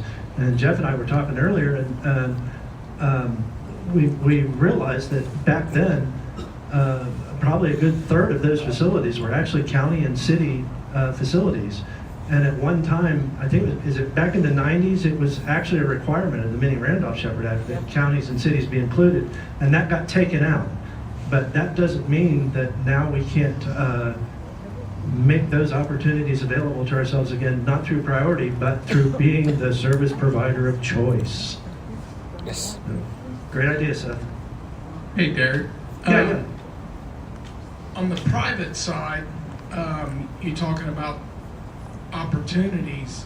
We have Intel is going to be coming into Columbus. And it's not just Intel, but it's everything Intel's going to bring with it. And I wonder if we could have maybe an opportunity to look into that. I ain't heard. Did somebody look into it? Or that's a big deal. That would take something. But does anybody have any ideas how maybe we could get our foot in the door there? Mr. Chair? Yeah, Frank. We were actually in the process of trying to look into it, and then I think I don't know, we're going to install one in Columbus and somewhere else. Was it Lancaster or Zanesville? Somewhere in that area. I don't know if they backed out of one or something, but I think the problem we run into there is I was at one point trying to find somebody to contact or who will be contacted, and I don't even think maybe Sally even tried to look, but I don't know that they're allowed to talk to them because they're private sector. But I would have been happy to make the phone call if we could have found some contact information, and so we still need to follow up and try and find some contact information for that building or that company or where it's going to be, and is it a building that they're going to lease in Columbus that has another company that we would need to talk to, or do we need to talk to probably both actually? And I have no problem getting a hold of them as long as I can get a hold of some contact information for them. So that's what and I was trying to find it. I had even talked to, and I cannot think of her name off the top of my head, the lady that runs the, oh man, I cannot think of her name. The lady that runs a company that goes out, if you pay, she charges you money. She charges vendors an individual fee to go out and find private sector opportunities. Rainmaker. That's the name of the company. And I'm sorry, I can't think of the lady's name off the top of my head. It's been a while since I've talked to her. And I had even asked her about that, but she wasn't just going to tell me that. I think without getting some money or something. And I don't even know if she had that information. But I did run it by her, but I didn't get an answer. But we will keep working on it. I'm not going to give up on it. It's something we need to do and look into. I think that Yvette made that suggestion a couple year and a half or whatever it was ago, and Kirk Lemaster just brought it up, and I think it'll be a great opportunity for somebody if we can get in there and do it, and I think it would also give us a really good premier location in the private sector. Mr. Chair? Yeah, Ned. Just a follow-up, and this is going to go back actually to something Dave said earlier about not following up, and he was right about that. We actually did make a motion. I don't remember the exact wording of it, but it was accepted by the Bureau that each month or each quarter, like I said, I don't remember the exact wording, that consultants were going to spend so much time in marketing the program to private sector businesses. Now, I know right now we are short-handed on consultants, and I know sometimes that takes a trend, but we did make this motion and we did get it accepted, and I think it's something that we should do. Places like Intel, and so yeah, that's pie in the sky. It'd be wonderful. Wouldn't that be great? I don't know how many facilities we could do there, but even if it was just one, how cool would that be? But places like Marysville and even smaller ones. Shelby just mentioned to me about DSW when they took over buildings where we were. There's just so many private sector opportunities that we could go and move forward. And yes, it's great if operators make that stand, but it also is wonderful if our program does it. They have the marketing materials. If they don't, we should. And good updated materials, and go out there and find that business. There's some of that our hands are tied a little bit. We're at a disadvantage with the commission issue. That's a problem when it comes to private sector, but it's not a problem that can't be overcome. An operator can work themselves to maybe if they're willing to pay a commission. I mean, gee, if I had Intel, I'd be willing to pay them a commission, that's for sure, because I'd be getting rich. But so I think it's something that operators can work out between themselves and a grantor. There's ways we can work around that, but we just need to stop talking about it and start doing it. Connie had something, and then you bet. Oh, Connie, okay.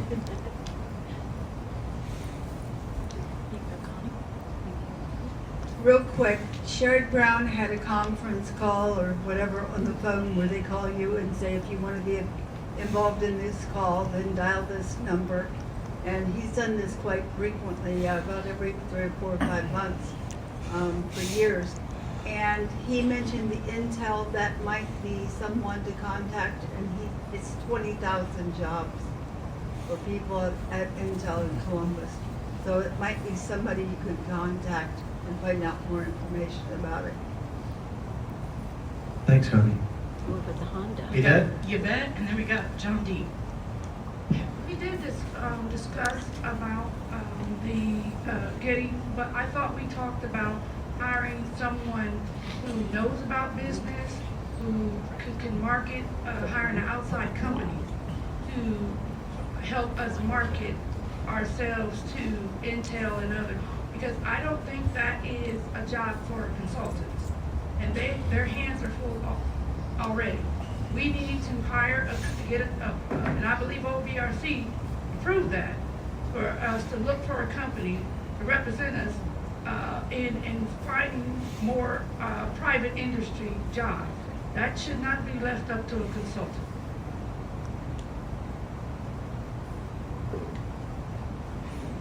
I don't think there's a problem with all hands on deck. Wherever we can get it, we should get it, right? I agree. A lot of people are worried about commissions, but I listen to podcasts from places like Vending Times, and the major operators around the country do not pay commissions. We should not be paying commissions anyways. That's my first comment. Second comment, there are a lot of factories in and around the state. They can all use micro markets. They all feed their employees. They have lots of employees. And the private sector is much more diligent about making sure that their employees don't steal, and if an employee steals, we'll fire them on the spot. So we should be going after the factories and places like that as well. Thank you.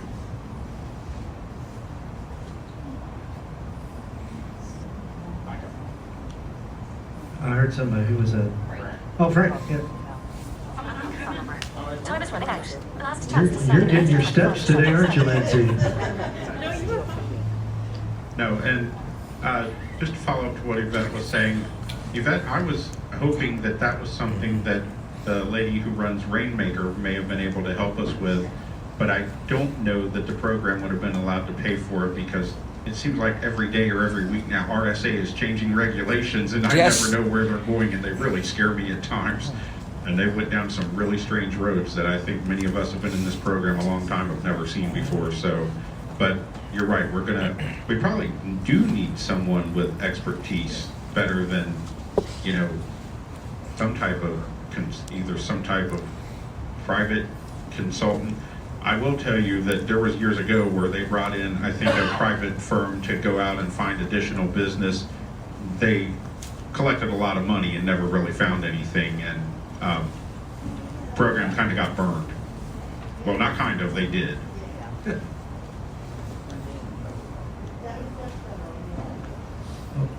Is there another hand over there? Find something, you Oh, don't yeah. get paid. This is Chris Columbus. I'm just doing a little Googling related to the Intel construction. First of all, I keep on hearing Columbus mentioned. Intel's plant is not in Columbus. No, it's in- New it's Albany in- / Johnstown.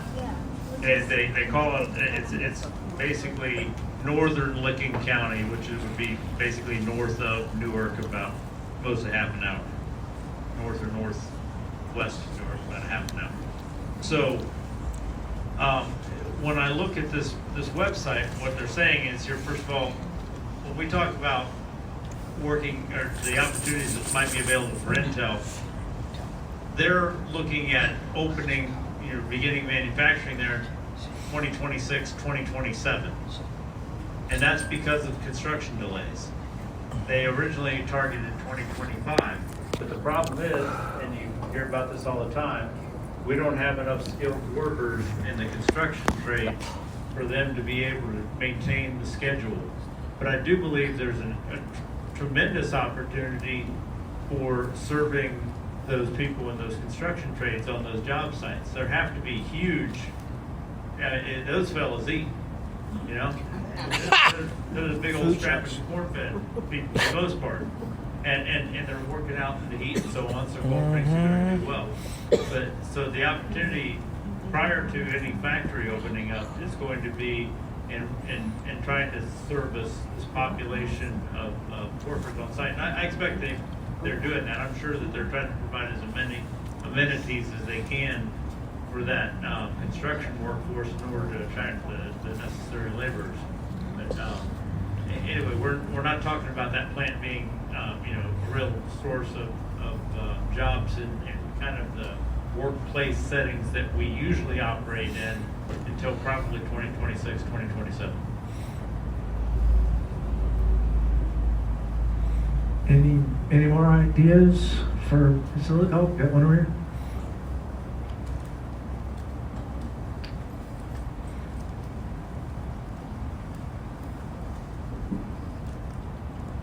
Thank you. Aaron Hopkins here. You guys hear me good? Yeah. All right, wonderful. So, we're sitting here talking about these, getting into the factories and things, which is a great idea. I think we all should really, operators need to get together, pull together and try to come up with some ways that what can we all do to make this happen. And also, we're talking about construction teams and things like that for these, for the big Intel plant. I always thought it would be a great idea if the program had a food truck. At least one. And it could be shared throughout the whole state. Or something, there's always some ways to skin a cat. But there's money to be made, Also, for those of you that don't really know, I've been researching ice cream machines, and I'm not talking just a machine that you put ice cream in from Sam's Club. I found a ice cream machine that is a soft serve ice cream machine. It makes it right on the fly, and it's 99spoons.com. And I think these things would do very well at the universities. And I really believe they would sell a lot of ice cream on the highways, especially in the summer. It is something maybe you guys might want to look into. I've talked to other operators about it, and some of them seem to be very interested.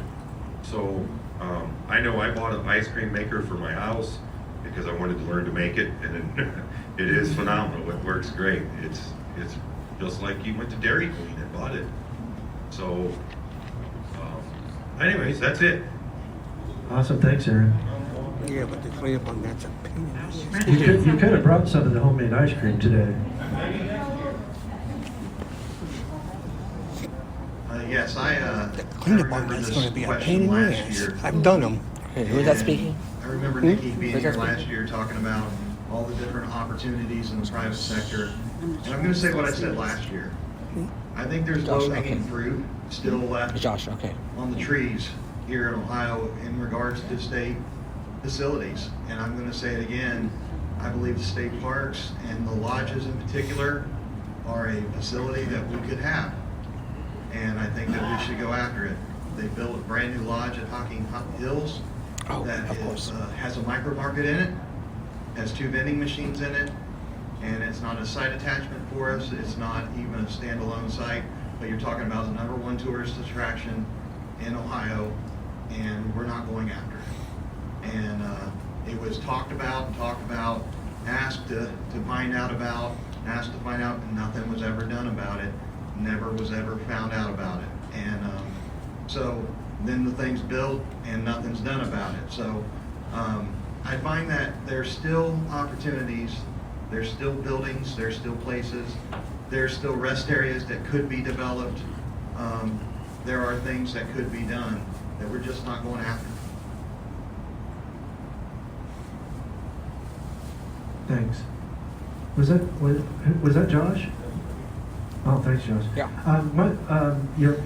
One thing about the secondary highways, some of them are currently being operated by Coke, and we derive a few funds from them for running those. There is a move currently towards taking all of those things back and creating facilities of our own, not just selling the pop, but also adding snack machines. So that one is on the table, and that one actually might happen relatively soon. So that's good. But yeah, you're right. That has always been an untapped resource in the state of Ohio.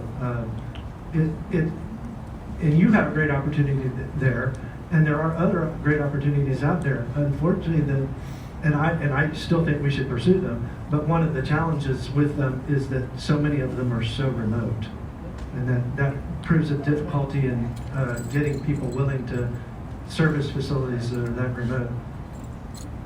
But it is a great idea, and we should continue to pursue it, particularly the one you just mentioned in Hocking Hills. Right. That should be on the table. If I may, this is Chris Johnson again. A question related to that. I believe it was 2 years ago, there was the prospect of a series of Coke-operated secondary highway sites that we were investigating as potentially assigning as site attachments to operators. And in the end, the OVRC, actively participating with the state agency, decided not to proceed with assigning those, which would have been giving us all a nice shot in the arm, just still reeling from the financial impacts of COVID.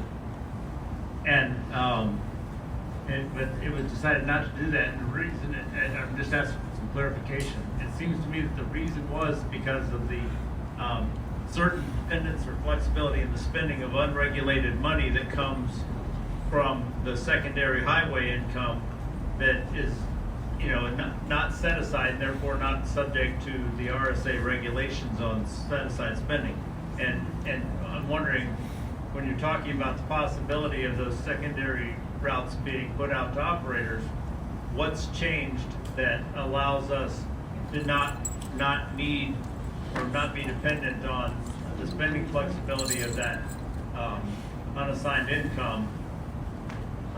And if I'm using the wrong terminology, let me know. Jeff has a better understanding of this, but I'm wondering, because I believe there's a lot of opportunity there in those state rest areas. A bunch of them. Yeah, so I'll address part of that. So, yes, part of the unassigned income, we still need like $50,000 of that for the operator's insurance, for sure. Also, we've been using, because eventually we had a pot of money from COVID for the under $1,000 equipment stuff. And I believe the last time we did the secondaries, we did put it out there, like, who's interested in these areas? And that's the thing. I think we need to, and I believe the Coke contract's again up for renewal next year. And I think what we need to do as a governing body is to ask people, what are you interested in? And I think that some of those machines too, they're redoing some of those secondaries, which will make them a little bit more lucrative. But we're also in a situation too, and I don't think Coke does a great job. They don't. But one of the things too that we have to figure out as well is when we have, like, to take it completely over, and I'm for it. I want to create jobs. I want to create site attachments. I want to add snacks. I think it is a great idea. But what happens when there are remote locations that no one wants, and then Coke's, we can't go to ODOT and say, we'll take 8 out of these 10, sorry on the other 2, you're not going to be serviced. Do we ask operators then to third party it out? We've got to work through those things, and I think we can, don't get me wrong, but we have to think that through. And what I would like to do is, before we throw the baby out with the bathwater, is to put feelers out there to all operators. Hey, we're about to renegotiate a Coke contract or a secondary contract. Again, it wouldn't necessarily automatically go to Coke. Who's interested in these locations? These are the numbers that have been reported to us. We need feedback instead of, again, getting out of a contract and then people going, yeah, I have no interest in that. So I think that actually has to be a high priority this year. Absolutely. Anyone else? We've got about 12 minutes left. Speak now or forever hold your peace. Well, at least till next year. I heard 2 voices, Annette, and who else did I hear? Frank. Okay. Hey, I wanted to, I had heard, I want to give a shout out to the UC operators on main campus. All right. You know, they are in the process of taking over the Pepsi machines down there. And I had heard recently that a lot of the students were very happy. A lot of the students were commenting on it was a better selection than they had ever seen, and that the machines were actually stocked and filled, and that, you know, there was comments made that, oh my God, they're here filling machines again. So all those guys down there are doing a great job, and I just wanted to let everybody know that. And I think even the Grantor contact at UC is aware of, they have doubled and tripled sales for their beverage machines. And I think he was one, you know, he didn't say that, but I think he's wondering what the heck were my people doing. Awesome. Awesome. Congratulations. Annette, did you have something? Huh? I thought I heard your voice be heard. Boy for friends.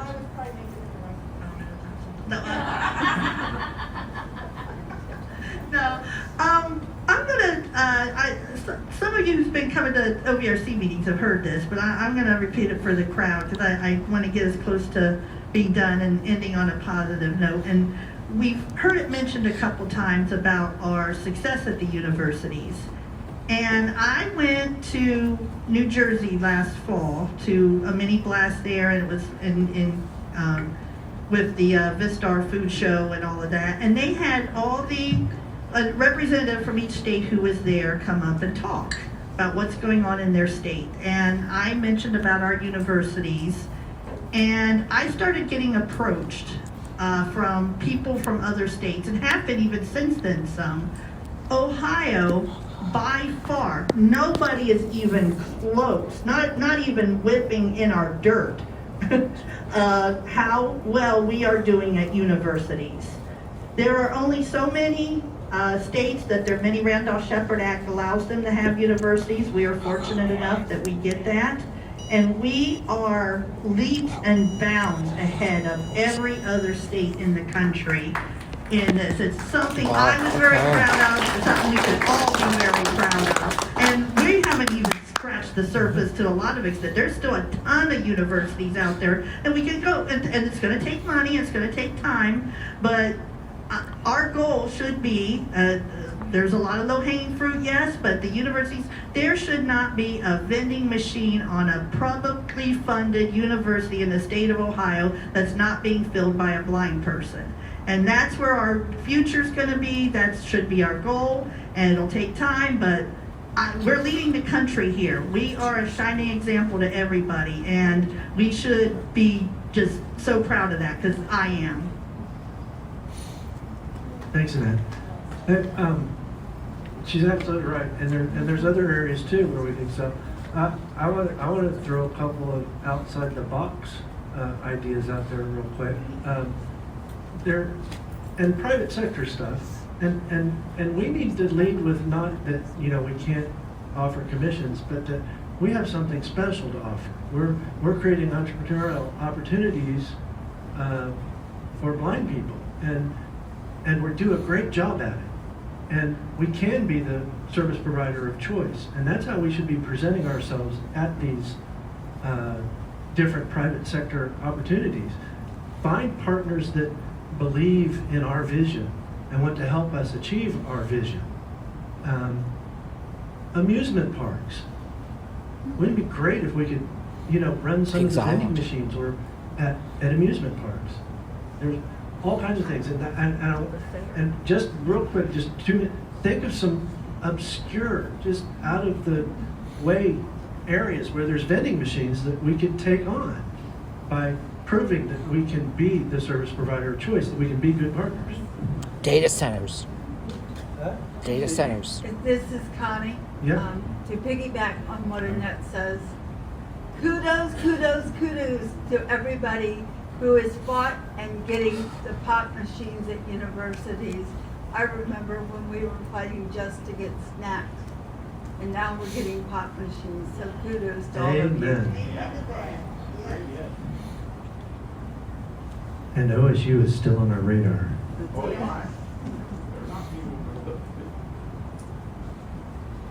So, anybody else? Anything?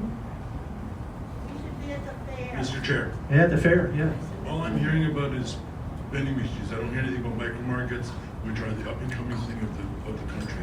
Or Absolutely. anything else. So we Absolutely. really have to focus on more than just vending machines. Thank you. And micro markets are getting more innovative as well. I mean, like with security issues and other things. So yeah, we really do have to keep that in our repertoire. And that will be valuable too in partnering in private sector. Absolutely. Mr. Chair, Sheila doesn't want to say it out loud, but she said hospitals might be. Yes, absolutely. Hospitals, great idea. Who was that speaking? Sheila. Oh, that was Sheila. Oh, Sheila. Oh yeah, That was Sheila. Chrissy just said the hospital at Wright Patterson Air Hospital Force at Base. Pat. Yep. Yeah, we should have Yep. been there already the last 20 years. Yep. How about municipal and county transportation centers? Yeah, county fairs. I mean, there's all Yeah. kinds of things out there. Getting there is difficult, but worthwhile. I know that part of I have an idea also. Chris Avon. Yes, actually, I have an idea. What about Lexus Reed Elsevier Corporate in Dayton? Lexus, it used to be LexisNexis, but they operate one of the largest data centers in the world, and they are operated now by a company called Reed Elsevier Corp in Dayton. They're a huge facility. Yeah. They're actually in Miamisburg, but they are close to Dayton. All right, we got about 5 Just minutes. Last call. Anything else? Seth. Do we have priority at Amtrak? Because that is a Oh, federally yeah. funded transportation. That's an interesting question and a great idea. I don't think I anybody's didn't ever think had about that that. thought before. What about airports? Airports are generally municipal, regional. They're rarely state or federal run, but that's a great place too. There's a lot of opportunities in airports.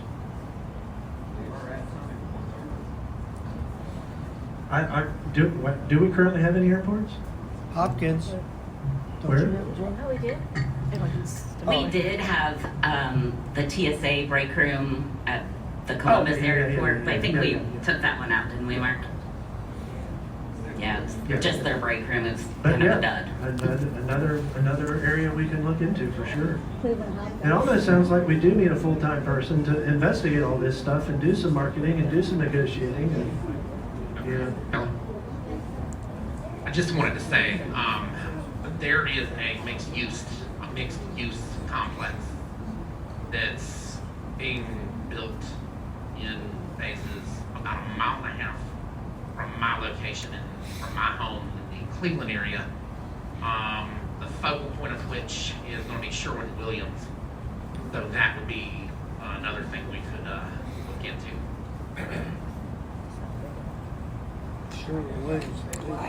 It's a headquarters. Wait. Yeah, I mentioned. I'm making a run. Gee, I'm gonna run. That would have been pretty. I want to thank you, Derek, for stepping up, and I think we should all give him a round of applause for taking over. Thanks, Lee. My pleasure. So, by the way, there is currently a work group that Frank heads up, and he's got several members, and they're constantly looking at this stuff. And I'm sure Yeah. Frank was taking notes there because you guys threw out a lot of great ideas, and that really is what we need to be about. There are lots of other ancillary things, and we do have to deal with all of that.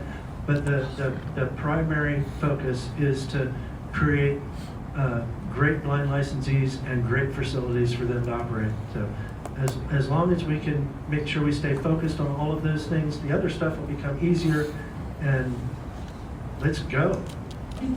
All right, good luck with parking, getting out of here. Say good riddance on your way out the door. Thank you, everybody. Thank you, everybody, for being Please here. leave your name tags on the table and I will pick them up if you do not care.